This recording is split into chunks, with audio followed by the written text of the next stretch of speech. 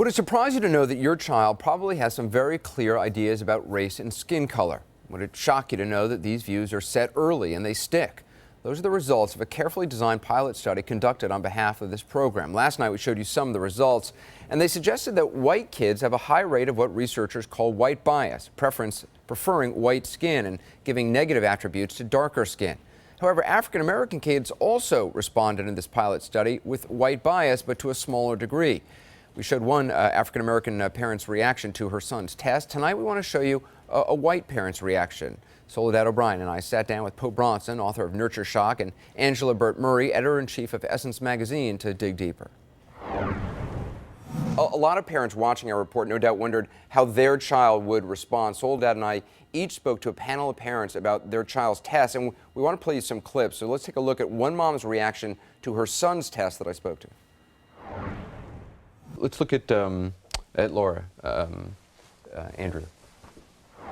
Show me the dumb child. Why is he the dumb child? Because he's really black. Okay. Show me the nice child. Why is he the nice child? Because he's the lightest. Show me the mean child. Okay, why is he the mean child? Because he's darker than these. Okay. Show me the good child. Why is he the good child? Because he's light. Okay. Show me the bad child. Why is he the bad child? Because he's really dark. I saw you shaking your head. Yeah, it's disappointing. I should be disappointed. I mean, it makes me think I need to be doing a better job at home. I need to teach him, you know, it's upsetting. I've spent 15 years as a teacher trying to teach first graders about all different societies and cultures and races, and then here's my own child. His finger went so quick to the white side. It's fascinating. It surprised you? Yeah, I mean, and we don't live in a diverse community. So I think he's, you know, very comfortable with children of his own color, and that's basically what he's known his whole life. So I just, you know, I want to do more, talk about it more openly, definitely. You gasped when the child first pointed to the dark-skinned child. I did. I was really surprised. You know, you could see the anguish on his mother's face when she saw that her child had made that distinction. But I think that, you know, it's a clear example of, while she's never chosen to talk about race, he has clearly internalized some messages that he's gotten through society that indicate that darker skinned children are perhaps not as smart or not as honorable, you know, things like that, those insidious messages that are woven into the fabric of this country. Poe, our research found that white kids had a fairly high rate of what researchers call white bias. And you say that's not white kids being taught racism. If it's not that, what is it?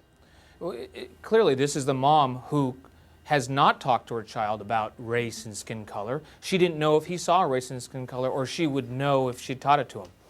What's going on is essentialism. Young kids are prone to essentialism. Young kids are prone to categorizing the world, and they make a categorical error all the time, which is they assume those who look like them share the same traits that they have. They'll like the same things that they like. And kids use skin color along with gender and height and shirt color and all the things that are plainly visible to make these attribution errors. And what the result is that kids, they're not necessarily taught race-based preferences. It's in the absence of messages of tolerance that they will naturally, developmentally be prone to essentialism. Yeah, but I think and it develop also, these skin preferences. I think it also goes back to what the mother said about they don't live in a very diverse community. So he's not seeing people that maybe look a little bit different than he does in his school, in his church, living next door, playing Little League with him. So he has no other influences than the negative stereotypes that he's unconsciously absorbing. I have no doubt that this mother is a good mother and that she, you know, considers people to all be equal. She's an educator and she believes that. But her child is internalizing messages that she has to learn how to get a handle on and control. So, Poe, for a parent watching this, what is the message? Talk to your child about race? from the earliest ages, especially amongst white parents, imagine how they read a picture book to their 6-month-old or the 9-month-old. They have that picture book open and they're saying, oh, look, the balloon is red. And look, her shoes are blue. And then yet there's one of the child has brownish skin and one of the child has whitish pinkish skin. And they completely ignore it. They're missing opportunities to talk about it, but more than that, they're passing on a taboo that this is unmentionable and unspeakable. But another thing I think people have to do, your kids follow what you do. Gosh, I have never really realized that until I had children. You can talk and talk, but if you do not actually have a wide circle of friends, if you say one thing and preach diversity and, oh, we believe this and we do that, but our circle of friends is this, and we use these kinds of words at home, but we tell you not to, guess what they're going to do? They're going to copy exactly what you do and ignore everything you say.